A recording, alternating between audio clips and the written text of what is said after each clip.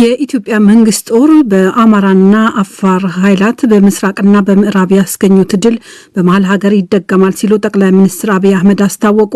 በሌላ በኩል ከህወሓት ኃይሎች እጅ ነፃ በወጡ አካባቢዎች ከምሽቱ 12 ሰዓት እስከ ጠዋቱ 12 ሰዓት ድረስ ላልተወሰነ ጊዜ የሰዓት እላፊ መታወጁን ያስቸኳይ ጊዜ አዋጅ እዝ መምሪያ ትናንት ምሽት አስታውቋል። የአውሮፓ ህብረት ኢትዮጵያ ውስጥ ለሚቀሩ በጣም አስፈላጊና ዋነኛ ላሏቸው ሰራተኞቹ ጥበቃን እንደሚያጠናክር ዛሬ ይፋ ባደረገው መግለጫ አስታወቀ። ህብረቱ በኢትዮጵያና በአፍሪካ ህብረት የዲፕሎማሲ ልዑካን ካሉበት አዲስ አበባ ለቀው እንዲወጡ ትዕዛዝ ማስተላለፉ አይዘነጋም። ከአንድ ወር ገደማ በኋላ አዲስ በሚገባው የጎርጎሮሳውያኑ 2022 ዓመት ከተሰናባቹ ዓመት በበለጠ በዓለማችን 40 ሚሊዮን የሚጠጉ ተጨማሪ ሰዎች የሰብአዊ እርዳታና ጥበቃ ያስፈልጋቸዋል ሲል የተባበሩት መንግስታት ድርጅት አስታወቀ። እርዳታ ያስፈልጋቸዋል ከተባሉት ሀገራት መካከል አፍጋኒስታን፣ ደቡብ ሱዳንና ኢትዮጵያ ይገኙበታል። ዜናው በዝርዝር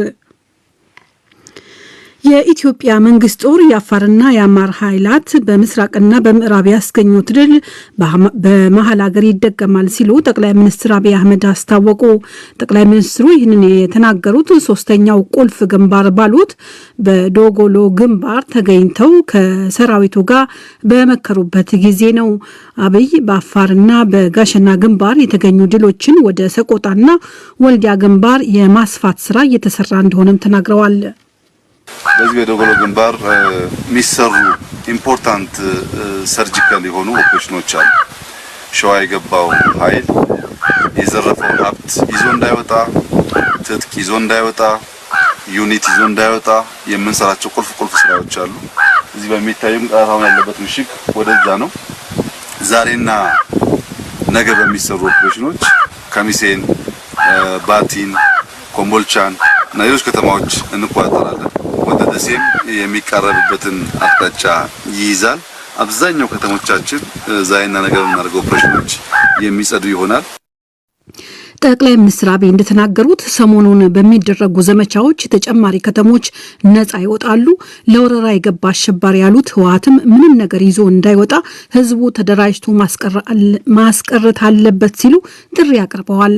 ጠላት ፈርሷል፣ ተበትኗል ያሉት ጠቅላይ ሚኒስትር አብይ አሁን ጠላት ያለው አማራጭ የሰረቀውን አስረክቦ እጁን መስጠት ብቻ ነው ብለዋል።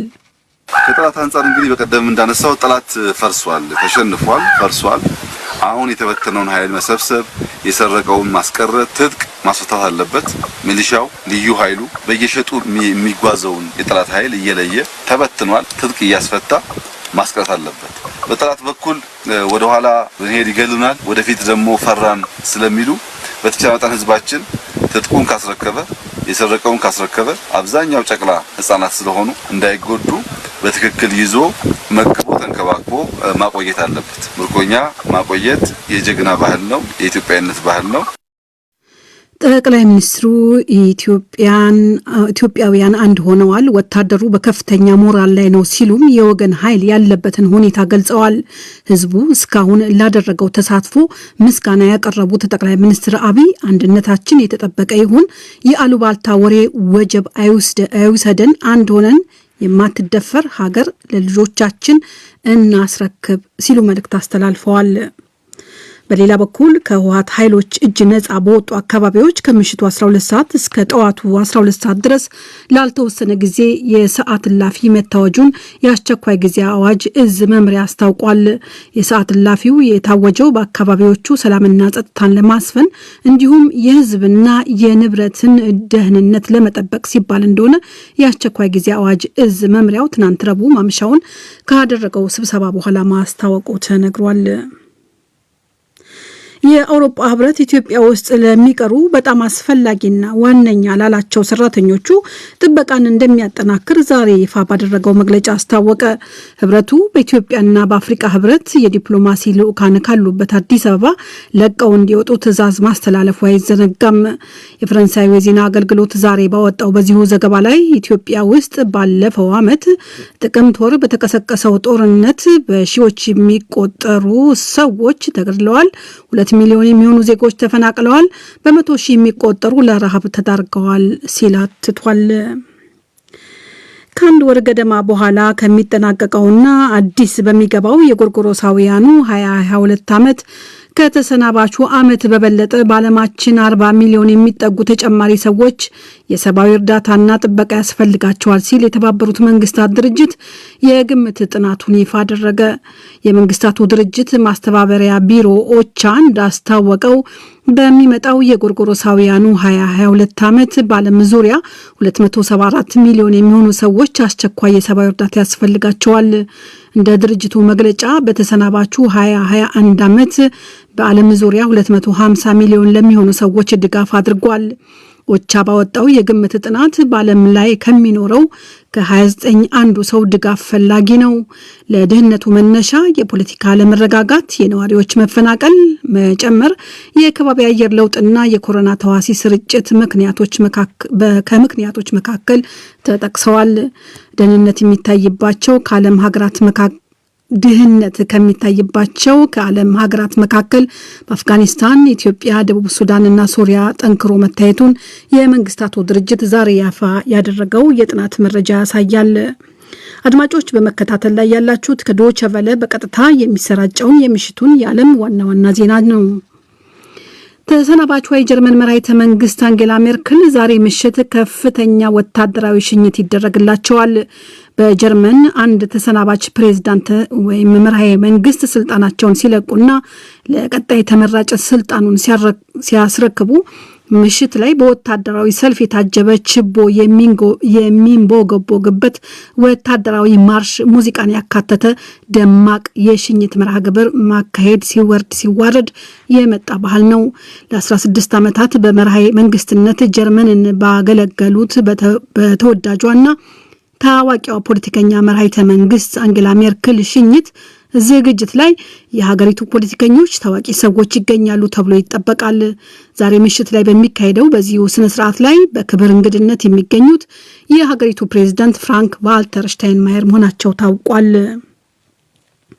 ኢራን የዩራኒየም ማበልጸጊያ አቅሟን ማጠናከሯን ኦስትሪያ ቪየና የሚገኘው ዓለም አቀፉ የአቶም መቆጣጠሪያ ድርጅት አስታወቀ።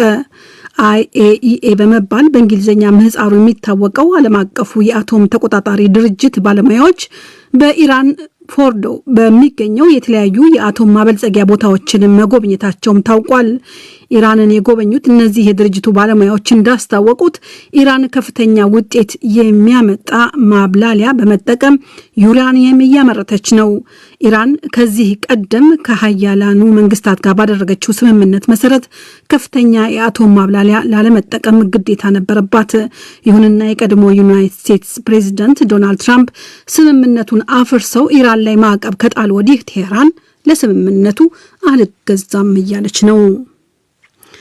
ኦሚክሮን የተሰኘ ስም የተሰጠውና አዲስና ልውጥ የተባለው የኮሮና ተዋሲ መሰራጨትን ተከትሎ ዩናይትድ ስቴትስ ወደ ሀገሯ ለሚገቡ ማንኛውም ዜጎች ጥብቅ የቁጥጥር ሕግን ይፋ አደረገች።